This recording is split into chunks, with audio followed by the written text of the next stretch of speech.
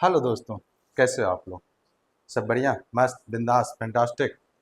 तो NCERT series में हम लोग पिछले क्लास में नाइन्थ का स्टार्ट किए थे। नाइन्थ में पहला क्लास लिए थे आपका हमारे आसपास के पदार्थ।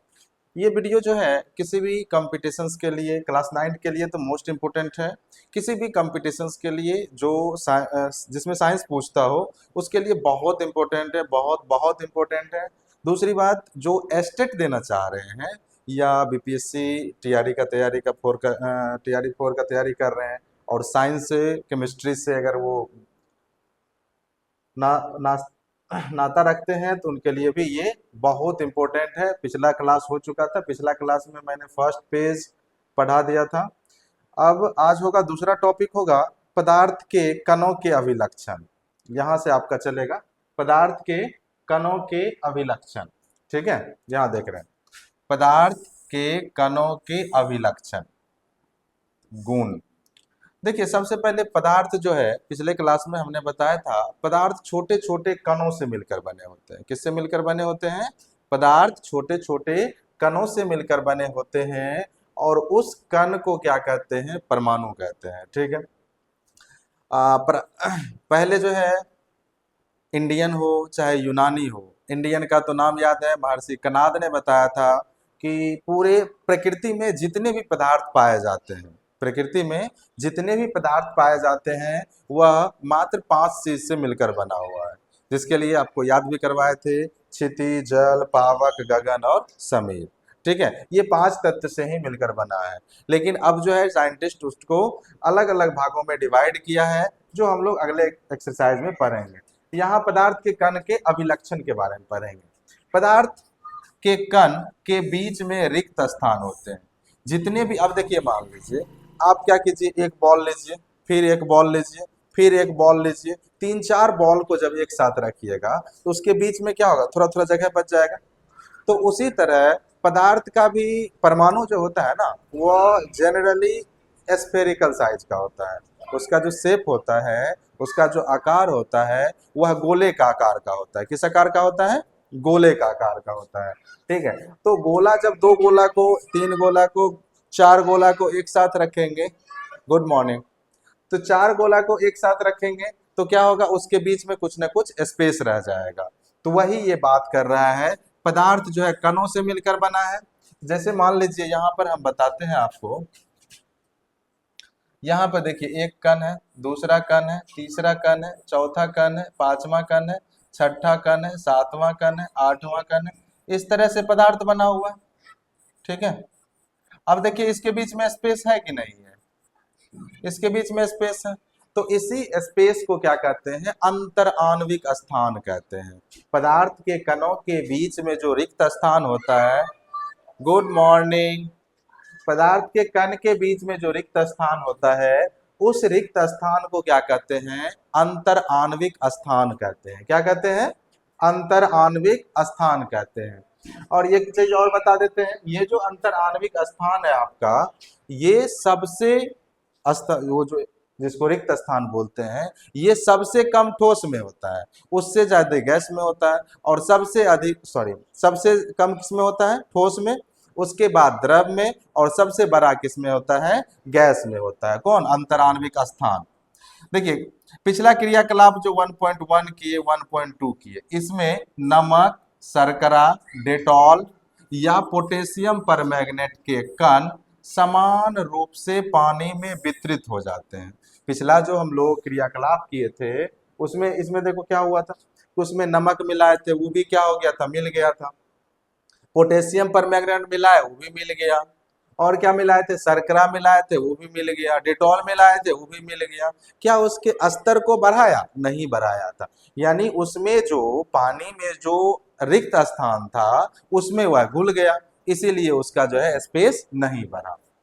चलिए, इसी प्रकार जब हम चाय, कॉफी, नींबू पानी बनाते हैं तो एक पदार्थ के कण दूसरे पदार्थ के कणों के रिक्त स्थान में समावेशित हो जाते हैं।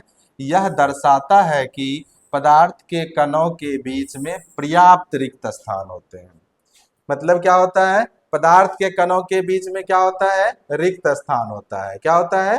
रिक्त स्थान होता है। पदार्थ के कण निरंतर गतिशील होते हैं। दूसरा पॉइंट क्या है इसका, पहला क्या कहता है, पदार्थ के कण के बीच में क्या होता है, रिक्त स्थान होता है, और रिक्त स्थान को क्या कहते हैं, अंतर आणविक स्थान कहते हैं, अंतरा आणविक स्थान कहते हैं। ठीक है, क्या कहते हैं, अंतराणविक स्थान कहते हैं। ठीक है, अब कहता है पदार्थ के कण निरंतर गतिशील होते हैं, कभी स्थिर नहीं रहता है। कैसे पता करेंगे निरंतर गतिशील होता है, तो इसको पता करने के लिए हम एक क्रियाकलाप करते हैं। क्या क्रियाकलाप है, देखते हैं यहाँ पे। अपनी कक्षा के किसी कोने में एक बुझी हुई अगरबत्ती रख दें। क्या करना है, कक्षा है, कक्षा के कोना में जो है आप एक बुझी हुई अगरबत्ती रख देना है। इसकी सुगंध लेने के लिए आपको इसके कितने समीप जाना पड़ता है। अगरबत्ती का सुगंध लेने के लिए अगर बुझा हुआ है तब उसके पास जाना पड़ेगा, जाके सूंघना पड़ेगा, या फिर थोड़ा दूर से ही मिलेगा। लेकिन अगर अगरबत्ती को हम जला दें, क्या होता है, क्या दूर से ही इसकी सुगंध आपको मिलती है। अपने प्रेक्षण को नोट करें। तो क्या होगा इसमें, अगरबत्ती लिए, माचिस की तिल्ली लिए, जलाए, जला के कहीं रख दिए कोना में। अब वहां से पूरे कमरे में उसका जो है खुशबू जो है क्या हो रहा होगा, बिखर रहा होगा। इसका मतलब जल कहाँ रहा था, कोना में। कहाँ आ रहा है, आपके पास आ रहा है। इसका मतलब वहां जो पदार्थ था वह क्या, पदार्थ के जो कण था वह क्या था, गतिशील था, तब ना आपके पास तक आ गया। तो इसका मतलब क्या होता है, पदार्थ के कण गतिशील होते हैं। दूसरा चीज, आप क्या करते हैं, परफ्यूम मार के जाते हैं, किसी के पास जाते हैं, अरे तुम परफ्यूम मार ले है क्या, उसको भी पता चल जाता है। यानी आप लगाए अपने शरीर में, पता किसको चल रहा है, दूसरे को पता चल रहा है। यानी आपके शरीर से हट के उसके नाक में जा रहा है तभी ना पता चल रहा है। तो इसलिए हम कह सकते हैं पदार्थ के कण निरंतर गतिशील होते हैं। इसमें क्या होगा, ठोस का कण सबसे कम गतिशील होगा, द्रव का कण उससे अधिक गतिशील होगा, सबसे अधिक गतिशील किसका होगा, गैस का कण होगा। यही क्वेश्चन में ज्यादा पूछता है। तो ठोस का क्या होगा, सबसे कम गतिशील होगा, द्रव का इससे अधिक होगा, और गैस का सबसे अधिक होगा। ठीक है, यही ऑर्डर रहेगा कण के गतिशीलता में।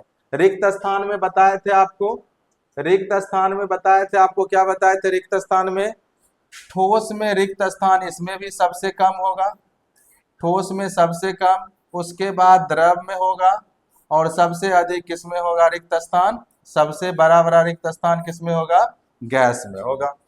ठीक है, चलिए यहां तक समझ में आ गया सबको, आगे बढ़ते हैं। दूसरा क्रियाकलाप है 1.4। 1.4 क्या है देखते हैं। कहता है जल से भरे 2 गिलास या 2 बीकर लें। क्या करना है, 2 गिलास लेना है या 2 बीकर लेना है, दोनों में जल से भर देना है। पहले बीकर के एक सिरे पर सावधानी से 1 बूंद लाल या नीली स्याही डाल दें, और दूसरे में शहद डाल दें। एक में क्या डालें, स्याही डालें, दूसरे में क्या डालेंगे, शहद डाल देंगे। आप इसको अपने घर में या कक्षा के एक कोने में रख दें, अपने प्रेक्षण को नोट करें। घर में रख देना है या कक्षा में रख देना है, फिर क्या करना है, प्रेक्षण करना है। देखेंगे प्रेक्षण में क्या होता है। स्याही की बूंद डालने के तुरंत बाद आपने क्या देखा, उस गिलास में जैसे ही स्याही का बूंद डालेंगे वो पूरे गिलास में फैल जाएगा। वहीं जब शहद डालेंगे, शहद का बूंद तुरंत डालने के बाद आपने क्या देखा, जैसे ही शहद डालेंगे तो वह सीधे नीचे जाके बैठ जाता है। ठीक है, क्या होगा, सीधे नीचे जाके बैठ जाता है। इस स्याही का रंग पूरे जल में एक समान रूप से फैलने में कितने समय या घंटे लगते हैं, चंद सेकंड लगेगा, कुछ ही सेकंड, ज्यादा से ज्यादा 1 मिनट लगेगा। ठीक है, या उससे कम में ही हो जाएगा। वहीं जो है शहद को मिलने में जब तक उसको मिलाओगे नहीं मिलेगा। ठीक है, अब एक और क्रियाकलाप है, क्रियाकलाप 1.5। अब क्या करना है, 1 गिलास गर्म पानी से दूसरे गिलास ठंडा पानी से भर दें। कॉपर सल्फेट या पोटेशियम परमैंगनेट का 1 क्रिस्टल डालें, एक और रख दें, हिलाएं नहीं, क्रिस्टल को सतह पर बैठने दें। गिलास में ठोस क्रिस्टल के ठीक ऊपर क्या दिखाई देता है? समय बीतने पर क्या होता है? इसके ठोस द्रव के कणों के बारे में क्या पता चलता है? देखिए आजकल जो है ना, ये क्रियाकलाप से ज्यादा क्वेश्चन करता है, इसीलिए इसको थोड़ा समझना ज्यादा बढ़िया रहता है। ठीक है, अब यहाँ पर क्या हुआ था, तो एक गिलास में ठंडा पानी था, एक में गर्म पानी था। क्या डाले थे? कॉपर सल्फेट डाले थे या पोटेशियम परमैंगनेट डाले थे। ठीक है, देखिए क्या होता है, तापमान के साथ मिश्रित होने की दर बदलती है, क्यों और कैसे? देखिए यहाँ से क्या कह रहा है, क्या तापमान के साथ मिश्रित होने की दर बदलती है और क्यों और कैसे? अगर जैसे देखिए सिंपल है, गर्म पानी में कोई भी चीज जल्दी घुलता है ना। जैसे अगर मान लीजिए चीनी हम मिला रहे हैं, पानी में चीनी मिला रहे हैं, बोर बना रहे हैं, ठीक है, अधिक मात्रा में चीनी देंगे, उसको मिलाते रहेंगे, लकड़ी से नहीं घुलेगा। हल्का गर्म कर दीजिए उसको, देखिए तुरंत घुल जाएगा, घुल जाता है ना। तो जैसे ही पानी को गर्म किए तो कोई भी सब्सटेंस उसमें क्या होता है, जल्दी घुल जाता है। तो आप इसका आंसर लिखने की कोशिश कीजिएगा, नहीं होगा तो हम ऐसे बता दिए अभी क्या होता है, गर्म पानी में उसका जो है कण, गर्म पानी में क्या होता है, पार्टिकल्स जो भी पदार्थ है उसका कण अधिक तेजी से गतिमान रहता है। क्या होता है, अधिक तेजी से निकलेगा, इधर गया इधर गया इधर गया, चलते रहता है उसका कण। ठीक है, तो वो जो कण चलते रहता है इसलिए उसमें क्या होता है, स्पेस बढ़ जाता है, उसमें ज्यादा पदार्थ जाके घुल जाता है या उसके कण में फंस जाता है। उपरोक्त तीनों क्रियाकलाप, ऊपर में उपरोक्त जो है तीनों क्रियाकलाप 1.3, 1.4, 1.5 से हम निम्नलिखित निष्कर्ष निकाल सकते हैं। क्या निष्कर्ष निकाला? पहला, पदार्थ के कण निरंतर गतिशील होते हैं, अर्थात उसमें गतिज ऊर्जा होती है। जानते हैं गतिज ऊर्जा क्या होती है, क्लास 8 में पढ़े थे। गतिज ऊर्जा क्या होती है आप लोग कमेंट में जरूर लिखिए। डिफिनेशन गतिज ऊर्जा का क्या होता है, गतिज ऊर्जा आप लोग लिखिएगा कमेंट में, गतिज ऊर्जा।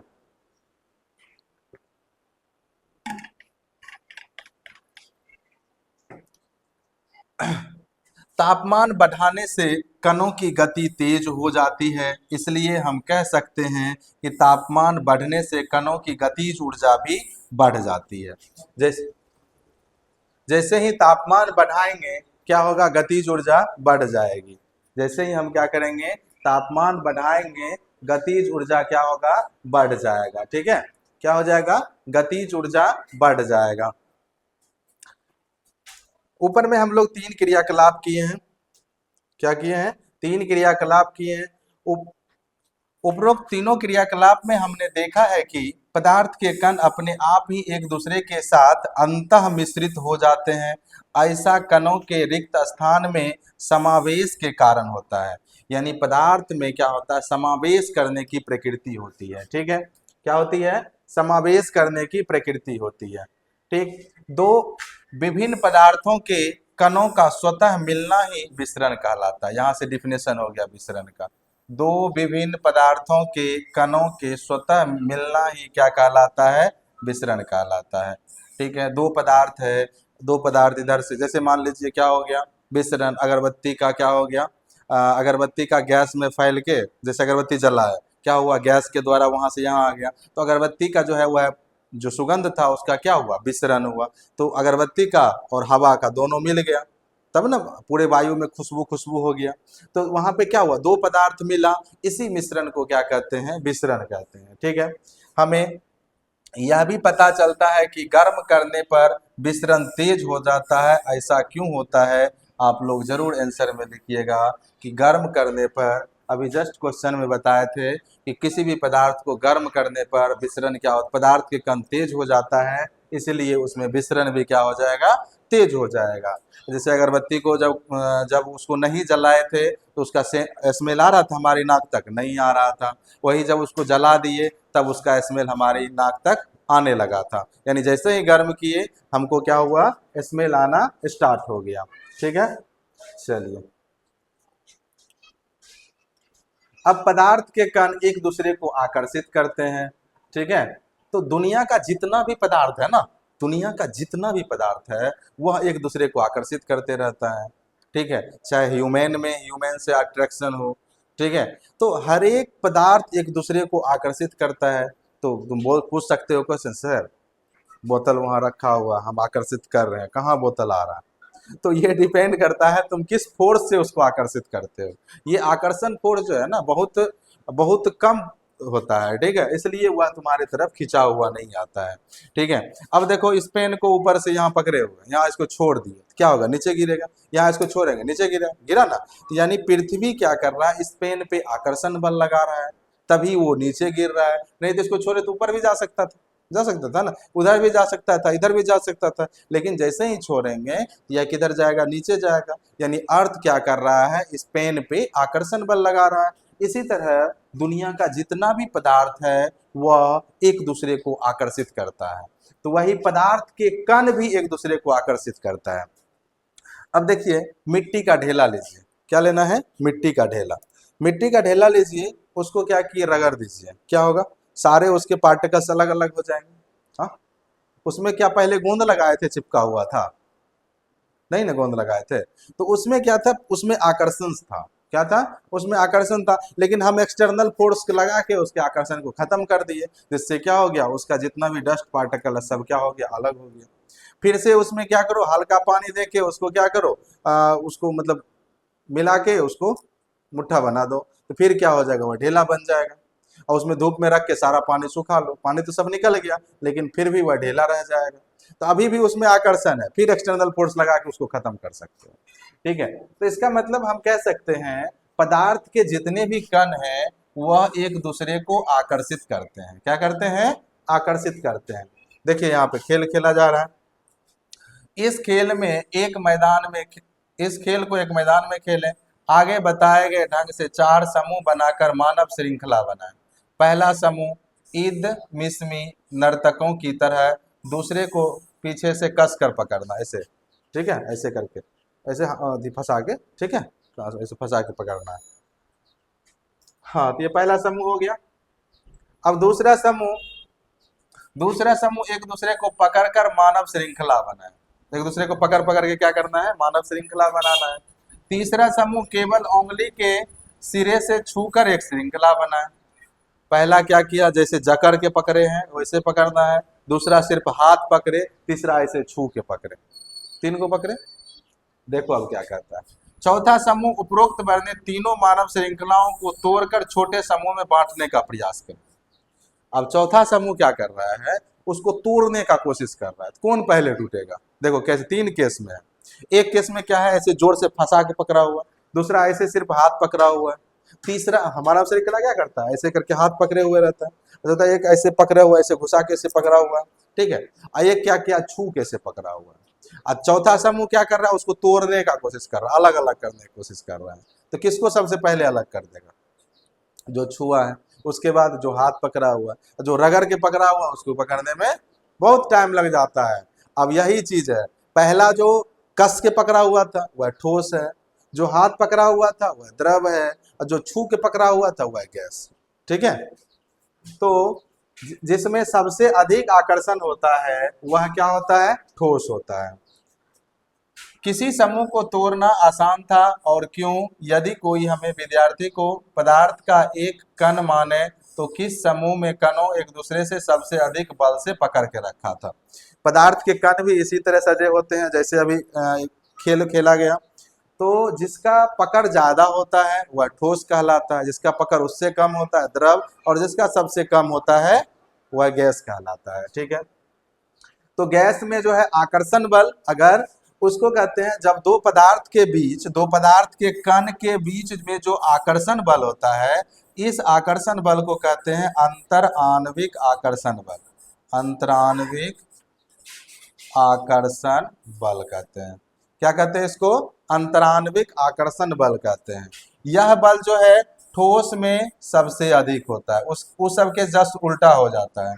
उसमें ठोस में स्थान सबसे कम था, यह आकर्षण सबसे अधिक हो जाता है। द्रव में उससे अधिक कम होता है, और गैस में सबसे कम आकर्षण होता है। सबसे कम आकर्षण किस में होता है, गैस में होता है। कौन सा आकर्षण, अंतर आणविक आकर्षण। दो पदार्थ के कण के बीच में जो आकर्षण बल लगता है उसे अंतर आणविक आकर्षण बल कहते हैं। क्लियर है, चलिए एक और क्रियाकलाप है, ठीक है, देखते हैं इस क्रियाकलाप को। क्रियाकलाप 7, एक लोहे की कील लेना है, एक चौक का टुकड़ा लेना है और एक रबर बैंड लें। इन पर हथेली मारकर काट कर या खींच कर इसे भंगुर करने का प्रयास करें। हथौड़ी से मारना, हथेली से नहीं मारना, हथेली में छेद हो जाएगा। उसको हथौड़ी से मारना है, मार कर या काट कर या खींच कर इसे क्या करना, टुकड़ा टुकड़ा करना है। इन तीनों में से किसके कण अधिक बल से एक दूसरे से जुड़े होंगे? बताइए किसका कण सबसे अधिक से जुड़ा होगा? बताइए जल्दी से। सबसे अधिक कण किससे जुड़ा होगा? कील का। उसके बाद किसका? रबर बैंड का। उसके बाद किसका? चौक का। सबसे कम जो है किसका होगा? चौक का होगा। चलिए एक और क्रियाकलाप है, इसको देख लेते हैं, फिर कुछ प्रश्न होगा, उसको आप लोग करके कमेंट बॉक्स में लिखिएगा। ये जो लाइव क्लास में है वो घर से बना के लाएं कॉपी में। एक थाली में जल लेकर उसे उंगली से काटने का प्रयास करें। क्या जल की सतह कटती है? जल की सतह ना कटने का क्या कारण? देखो, एक थाली में पानी लेना है, उस पानी को उंगली से काट देना, कटेगा? नहीं कटेगा। क्यों नहीं कटेगा? और वही एक मिट्टी रख के काटो, कट जाएगा। क्यों कट जाएगा? देखो, द्रव में जो है ना बहाव की प्रकृति होती है, द्रव और गैस दोनों में बहने की, अपने आप बह जाता है। ठीक है, ऐसे तुम काटा फिर बह के मिल गया, ऐसे तुम काटा फिर बह के मिल गया, यही होते रहता है। ठीक है, काटोगे तुम कट जाएगा, लेकिन वह तुरंत बह के क्या होता है, मिल जाता है। उसमें फैलने की प्रॉपर्टी ज्यादा होती है, बहने की।